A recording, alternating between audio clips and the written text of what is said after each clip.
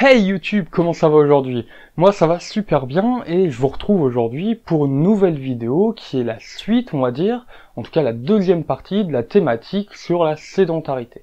Si vous n'avez pas vu la précédente, je vous la mets en fiche quelque part par ici. Ça parle en fait des mécanismes qui expliquent pourquoi on arrive dans une société qui est de plus en plus sédentaire aujourd'hui. Dans la vidéo d'aujourd'hui, je vais vous présenter quelques solutions pour lutter contre la sédentarité justement.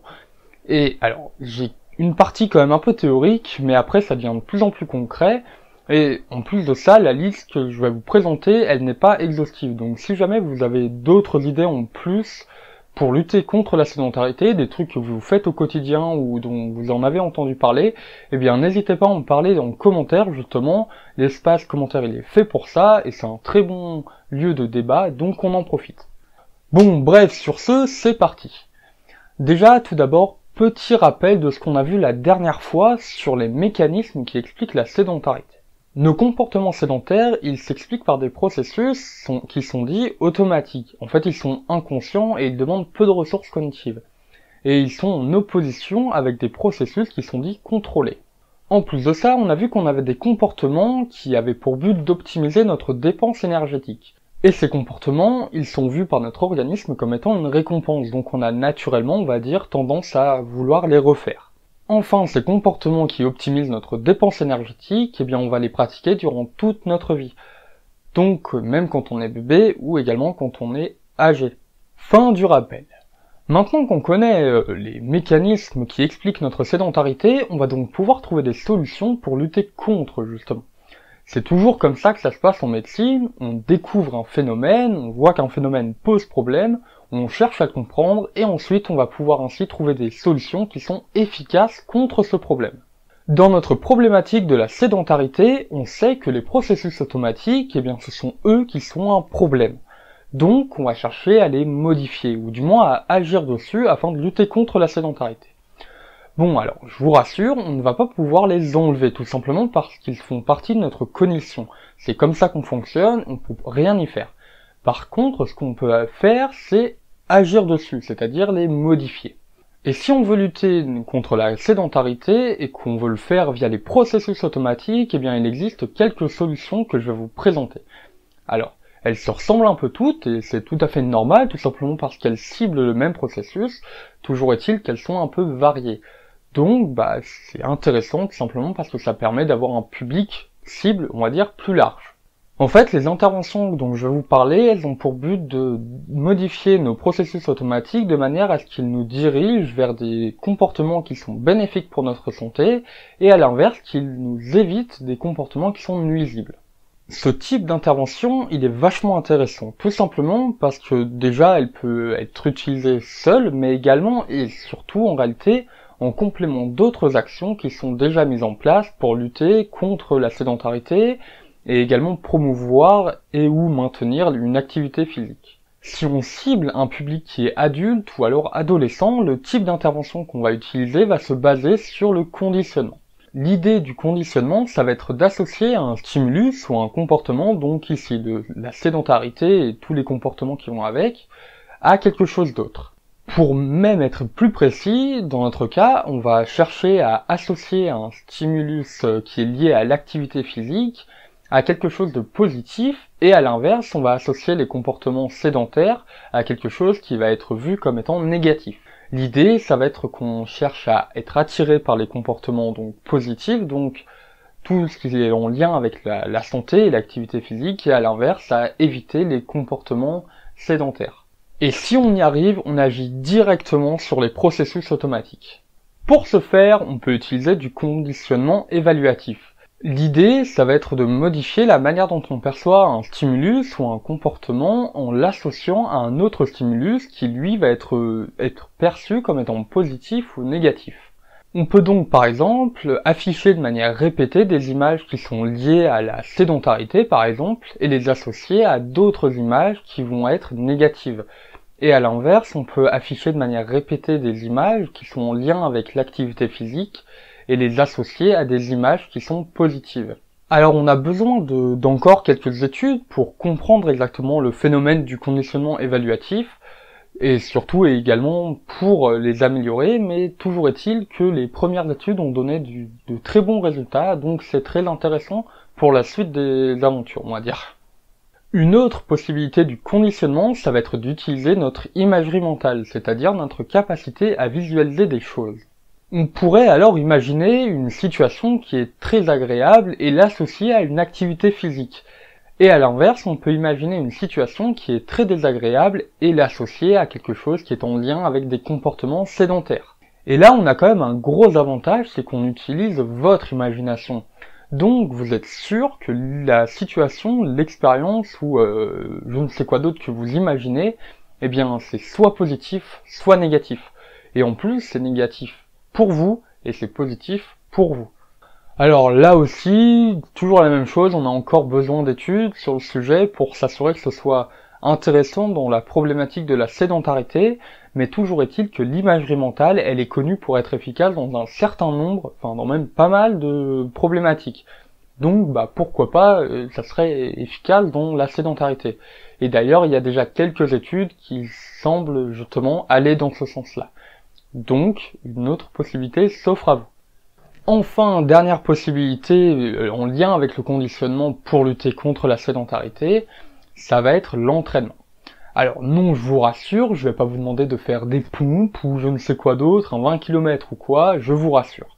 Par contre, c'est quand même un entraînement qui lui est plutôt cognitif. L'idée de cet entraînement, ça va être de vous entraîner à approcher des situations qui sont en lien avec l'activité physique et à éviter des situations qui sont liées à la sédentarité. Pour ce type d'entraînement, on peut utiliser un joystick.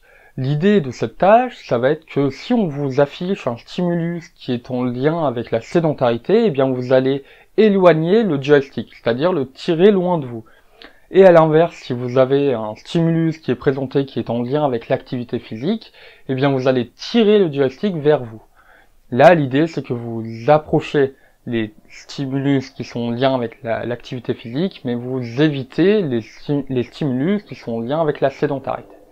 Dans le cas de la problématique de la sédentarité, ça semble porter ses fruits, mais toujours pareil, il n'y a pas énormément d'études, donc ça reste à confirmer. Et en plus de ça, ce type de tâche, il marche en laboratoire, mais c'est pas dit que ça marche, on va dire, dans notre vie quotidienne. Et là, il y a quasiment aucune étude qui a été faite, donc c'est, on va dire, entre grands guillemets, à prendre avec des pincettes. Toujours est-il que si ça marche en labo, en réalité, il n'y a pas de raison que ça ne marche pas dans notre vie quotidienne. Mais par contre, il y a un problème, c'est qu'il faut réussir à adapter l'exercice, l'entraînement, à notre vie quotidienne, justement. Parce que bon, un joystick, c'est marrant, mais ça va 2 minutes, quoi.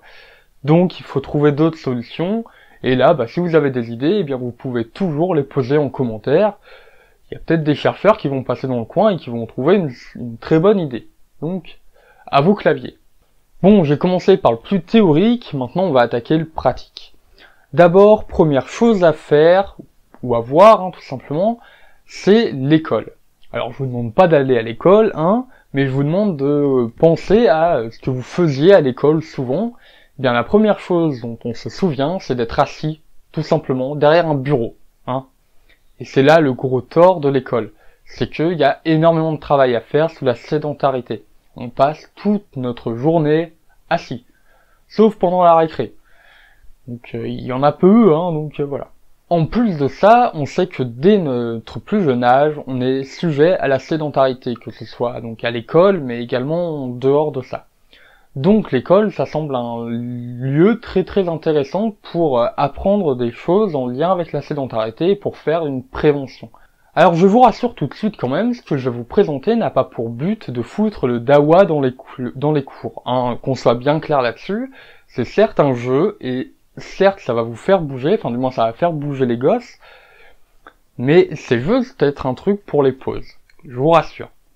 Et pour ça, je vais vous présenter un jeu qui s'appelle en anglais Grab Apple, et en français ça donne Attraper une pomme, ou Attrape la pomme, ou un truc du genre.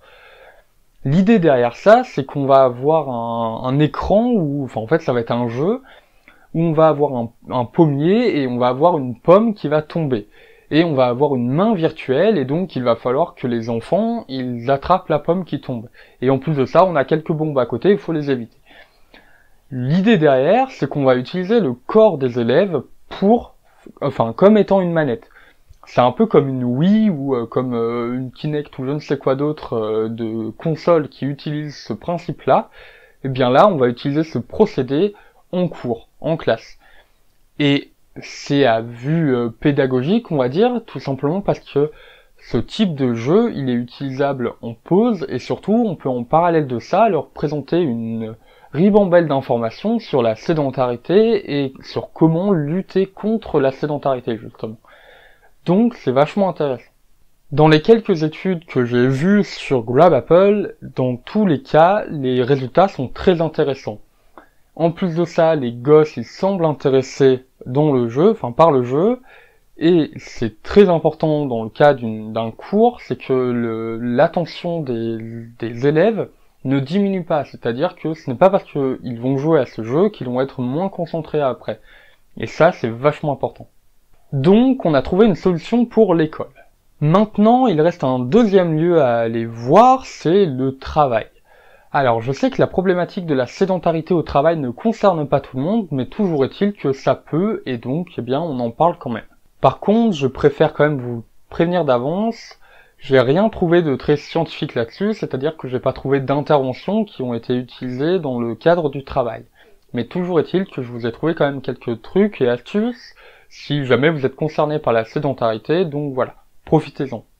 On sait très bien, globalement, que le travail au bureau, ça se résume grosso merdo à être assis derrière un bureau ou un ordi, et après à se lever un peu pour aller soit chercher un café, soit chercher un dossier. Alors c'est très exagéré, mais ça reste quand même un peu l'idée dans certains cas. Donc il faut lutter contre la sédentarité qui est présente au travail, du moins dans ces cas-là. Et en plus de ça, ça concerne à la fois l'employé, qui tout simplement c'est sa santé dont on parle, mais en plus de ça, ça concerne évidemment l'employeur, vu qu'on parle de la santé de son employé, et en plus de ça, on parle un peu d'un aménagement des bureaux, donc ça le concerne forcément. Pour commencer, on va parler de la chaise ou du fauteuil au bureau. Eh bien, on l'oublie, tout simplement. On la fout dehors, à la poubelle, déchetterie, recyclage, j'en sais rien, mais vous vous en débarrassez. Bon, il y en a sûrement parmi vous qui vont me dire, ouais, mais bon, Thibaut, c'est quand même un peu obligatoire la chaise, je m'assis où sinon? Eh bien non, vous n'êtes pas obligé de vous asseoir. Alors, vous pouvez vous asseoir, et on va voir dans les solutions qui arrivent, mais non, la chaise, c'est juste un construit social, une habitude, et voilà, c'est resté depuis, mais c'est pas obligatoire techniquement. Donc, à la place de la chaise, on va avoir principalement deux solutions, deux remplacements, et puis si vous êtes sympa, il y en a peut-être une troisième pour vous. Tout d'abord, le ballon d'exercice. Vous savez, le truc qu'on vend à Decat pour 20 balles, où c'est une grosse boule en plastoc blindée d'air, où vous faites de l'exercice, eh bien vous pouvez l'utiliser comme étant une chaise. C'est super intéressant, tout simplement parce que déjà, il vous faut bouger un peu pour rester en équilibre, et en plus de ça, vous renforcez votre dos, donc tout est gagnant, tout est intéressant avec. Deuxième possibilité, ça va être de transformer un tapis de course en, on va dire, bureau géant. L'idée derrière ça, ça va être grosso merdo de poser un ordi ou un n'importe quoi sur le devant d'un tapis de course, et en plus de ça, ça va du coup vous permettre de marcher et d'être debout. Troisièmement, au lieu d'un tapis de course, on peut utiliser un vélo d'appartement.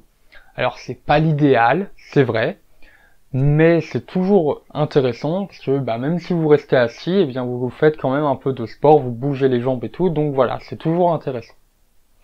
Entre nous, optez pour l'option 1 ou l'option 2, parce que vous êtes vraiment plus actif, et puis pour le ballon d'exercice, ça vous coûte 20 balles comme je l'ai dit à Decathlon.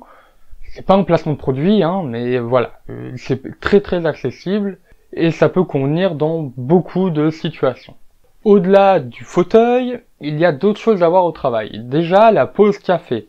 Non, vous n'êtes pas obligé de vous asseoir quand vous faites une pause café. Donc les chaises ou les chaises de bar ou je ne sais quoi, vous les oubliez. Sinon vous pouvez être des feignasses quand même. Si vous restez assis pendant votre pause café, vous faites pas d'effort non plus. Ensuite, même chose pour les réunions. Ça se fait énormément dans les pays scandinaves. La réunion debout, eh bien, ça marche. Ça porte ses fruits. Les compagnies, justement, sont très très intéressées par cette nouvelle, on va dire, entre grands guillemets, mode de la réunion debout. Eh bien, c'est efficace. Ça marche. On peut également imaginer d'autres, on va dire, réunions, comme une balade réunion, hein, où vous marchez dehors dans un parc ou dans une forêt ou je ne sais quoi. Ça fonctionne. Donc, eh bien, vous avez d'autres possibilités dans la réunion. Après, tout est à vous de faire travailler votre imagination également. Et oui, je sais que dans certains cas, c'est pas très adapté, mais bah ça peut se faire. Donc pensez-y. Bon, et sinon, on revient un peu au bureau. Pensez aussi que bien tout ce qui va être café, hein, mais également dossier ou papier, vous n'êtes pas obligé de les mettre à portée de main directement assis sur un fauteuil. Vous pouvez les mettre dans une grosse armoire à côté où il faut se lever. Et c'est vachement utile du coup, tout simplement parce qu'il y a des recommandations qui sont émises par l'OMS notamment, qui va être de se lever toutes les heures, environ 5 minutes. C'est un peu la même idée que sur la route, sur l'autoroute, une pause toutes les 2 heures, bah là c'est une pause toutes les heures de 5 minutes. Ça permet de se dégourdir et de faire circuler le sang dans les jambes. Et puis en plus de ça, bah, ça vous fait bouger, donc pour la sédentarité, c'est un excellent moyen de lutter contre.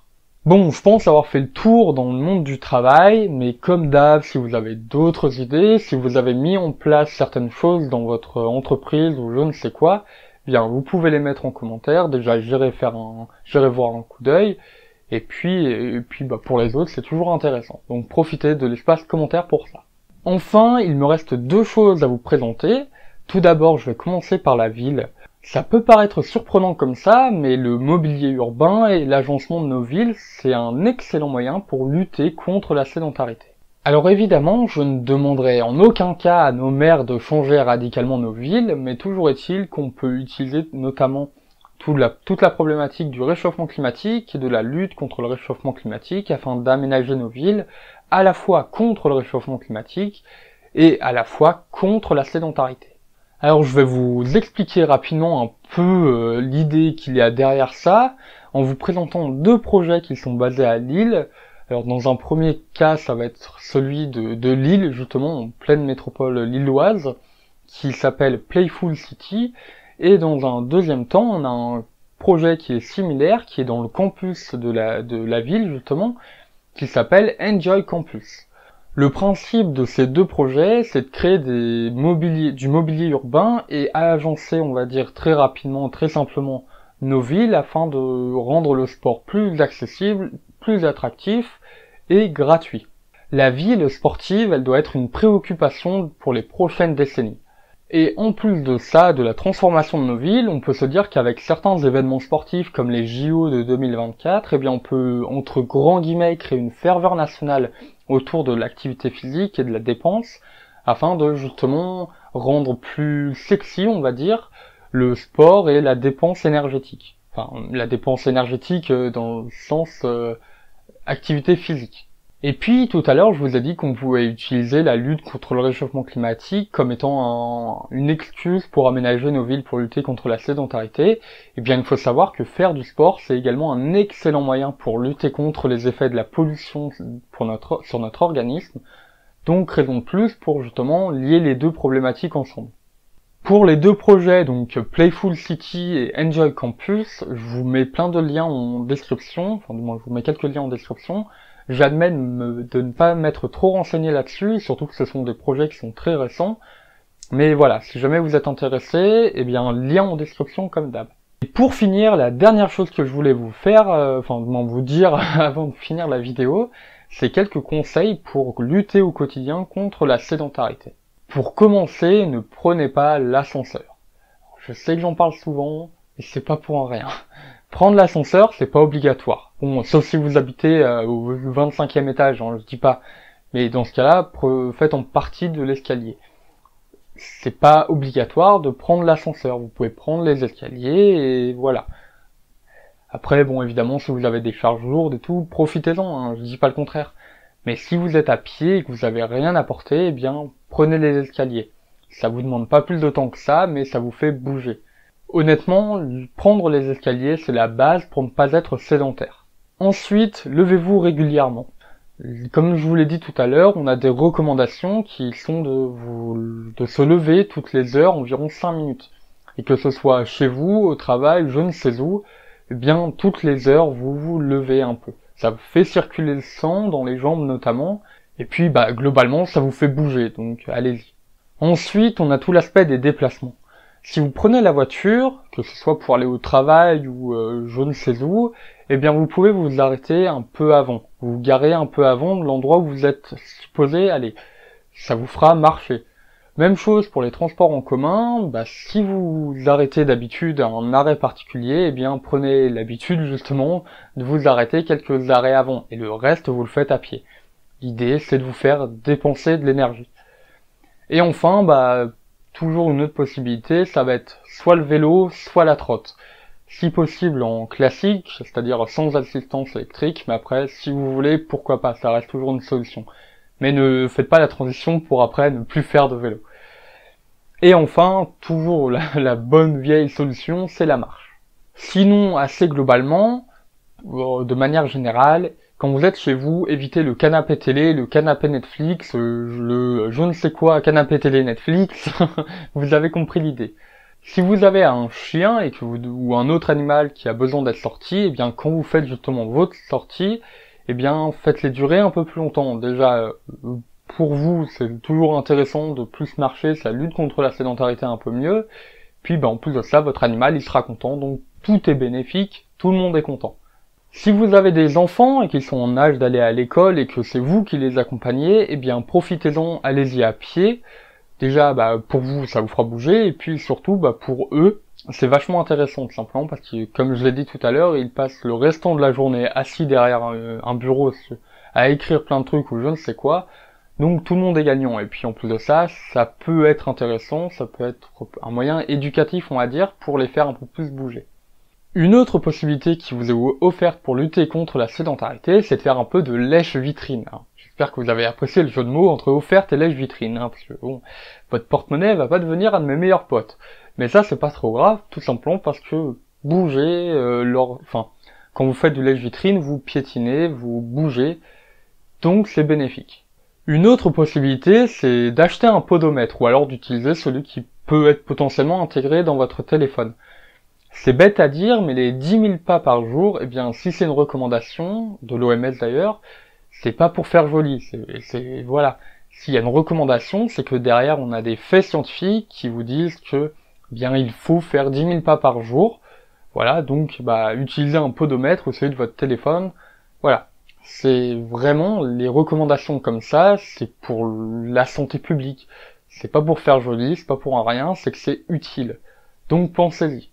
Et pour justement, on va dire, remplir ces 10 000 pas par jour, il existe une possibilité, ce sont les applications ou les jeux, appelez ça comme vous voulez, du type Pokémon Go ou alors son nouveau dérivé là avec Harry Potter. C'est con à dire, mais voir autant de gens comme ça qui ont couru pour chasser les Pokémon, c'était génial. Déjà, c'était assuré de voir des scènes absolument sublimes dans certains parcs américains, mais d'un point de vue de la santé publique, ces applications, elles sont d'une utilité publique. Sincèrement, je remercie Niantic qui est The Pokémon Company et tous les autres éditeurs de ce type de jeu. Ces jeux-là sont très très très utiles. Et d'ailleurs, au passage, ces applications de type Pokémon Go sont utilisées dans de nombreuses études scientifiques afin de justement faire bouger les participants. Et donc, ça montre bien qu'elles sont très intéressantes, ces applications-là. Et pour terminer mes conseils, si vous n'êtes pas sportif, pensez au sport. Je sais que même si c'est un footing de temps en temps, c'est pas grave, c'est toujours ça. Parce que honnêtement, si vous accumulez à la fois la sédentarité et également la non-sportivité, vous accumulez un tas de problèmes pour votre santé. Donc pensez au sport. Alors je sais que comme je vous l'ai dit dans la dernière vidéo, c'est pas la même problématique, mais ouais, vous accumulez des risques pour la santé. Et en plus de ça, on sait depuis peu de temps que même si vous n'étiez pas sportif avant, c'est pas grave, vous pouvez vous y mettre. Et tout ce que vous allez gagner maintenant, maintenant en faisant du sport, ça marchera, enfin ça compensera pour ce que vous n'aviez pas fait avant. Donc tout est bénéfique. Sur ce, je pense être arrivé à la fin de toute, on va dire, ma liste non exhaustive de solutions pour lutter contre la sédentarité. Je sais que à certains moments, j'ai pu paraître moralisateur ou avoir un ton condescendant, appelez ça comme vous voulez. C'était évidemment pas le but. Toujours est-il que j'ai profité de la vidéo de solutions pour contrer la sédentarité, pour vous transmettre le message de vous bouger. C'est pas pour un rien, c'est que c'est vraiment utile pour votre santé. Alors, toujours est-il que vous faites ce que vous voulez, hein. Chacun a la responsabilité de son corps. Là-dessus, on est d'accord. Mais voilà, c'est toujours une très très bonne idée, je pense, de faire un rappel dans ce type de vidéo, de faire du sport. Donc je m'en excuse si pour certains c'était un peu trop condescendant ou quoi, voilà. D'ailleurs, pour la même thématique, j'ai trouvé un article justement sur la moralisation de la lutte contre la sédentarité. Je vous mets ça en description, en plus c'est en français, donc voilà. Par rapport aux autres articles qui sont habituellement en anglais, bah celui-là il est en français, donc voilà. Et puis, en plus de cet article sur la moralisation de la sédentarité, enfin de la lutte contre la sédentarité, n'hésitez pas à regarder en description, vous aurez plein d'autres informations, d'autres articles pour compléter tout ce que je vous ai parlé là-dessus, enfin sur la lutte contre la sédentarité. Il y a peut-être même d'autres solutions dont je vous en ai pas parlé aujourd'hui, donc enfin là maintenant dans la vidéo. Donc voilà, n'hésitez pas à aller y faire un tour. N'hésitez pas non plus à vous abonner à la chaîne, déjà ça vous permettra de ne pas rater les prochaines vidéos. N'hésitez pas non plus à lâcher le petit pouce en l'air, hein, ça fera extrêmement plaisir. Et puis n'hésitez pas non plus à vous abonner à mon Twitter, je sais que je suis pas très actif dessus, mais des fois je balance quelques infos. Et puis aussi, n'hésitez pas non plus à partager la vidéo, c'est une problématique qui déjà me tient à cœur, parce que c'est un sujet qui me tient à cœur. Mais en plus c'est c'est la première cause de mortalité qui est évitable. Donc voilà, on a tous notre pouvoir là-dessus, on peut tous éviter des morts tout simplement. Donc voilà, n'hésitez pas à partager la vidéo. Et puis moi sur ce, je vous dis à la prochaine.